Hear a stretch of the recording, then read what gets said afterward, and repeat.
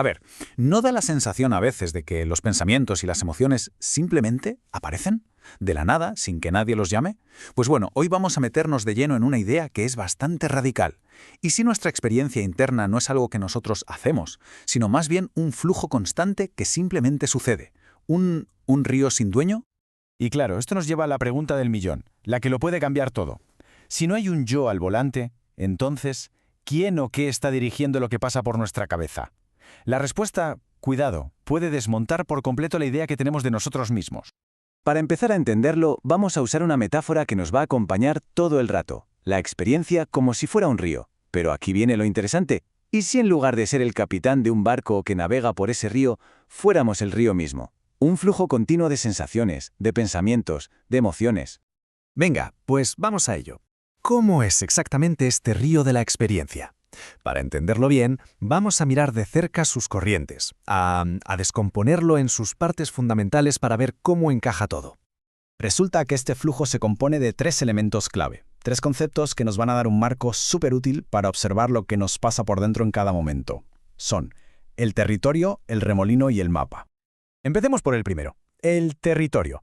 Hay que pensar en esto como la realidad en crudo, ¿vale? Son los datos puros que nos llegan sin que los elijamos. Puede ser el sonido de una notificación del móvil, la sensación de frío en la piel o una emoción que de repente brota. No lo controlamos, simplemente aparece. Es la base de todo. ¿Vale?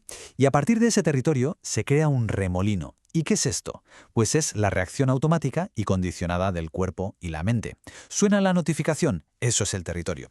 Y al instante sentimos un impulso de coger el móvil y una ligera tensión en los hombros. Eso es el remolino.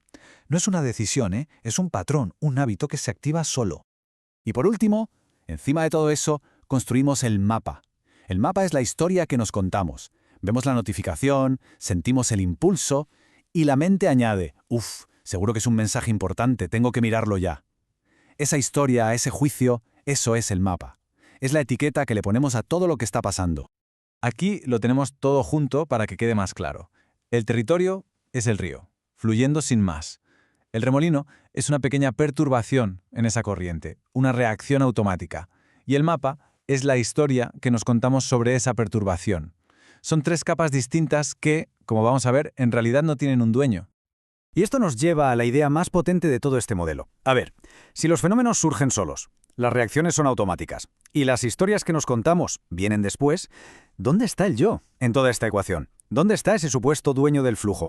La implicación es tremenda. Significa que no hay un agente central, un director de orquesta controlando la experiencia. Lo único que realmente ocurre es un flujo dinámico de fenómenos que surgen, interactúan entre sí y se desvanecen.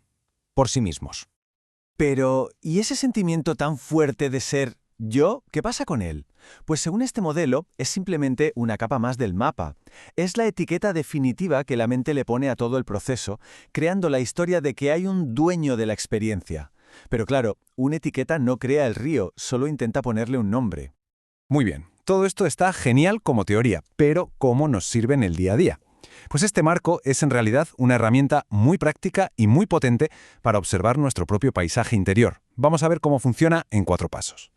El proceso es sencillo, pero de verdad que es muy revelador. Primero, simplemente notar el territorio, esa presión en el pecho, sin ponerle etiquetas. Segundo, identificar el remolino. La respiración se acelera, los hombros se tensan. Tercero, observar el mapa. La mente empieza a contar su historia. Estoy agobiado por el trabajo. Y por último, el paso clave. Darse cuenta de que todo esto simplemente está sucediendo, como si fuera un patrón climático interno, sin que haya un hacedor detrás. Y ojo, porque este modelo práctico de observación no es algo nuevo. De hecho, conecta directamente con una perspectiva filosófica que tiene milenios, la visión no dual de la realidad. La conexión es fascinante. Nuestro marco de territorio, remolino, mapa, se enfoca en el cómo funciona la experiencia, de una forma muy práctica.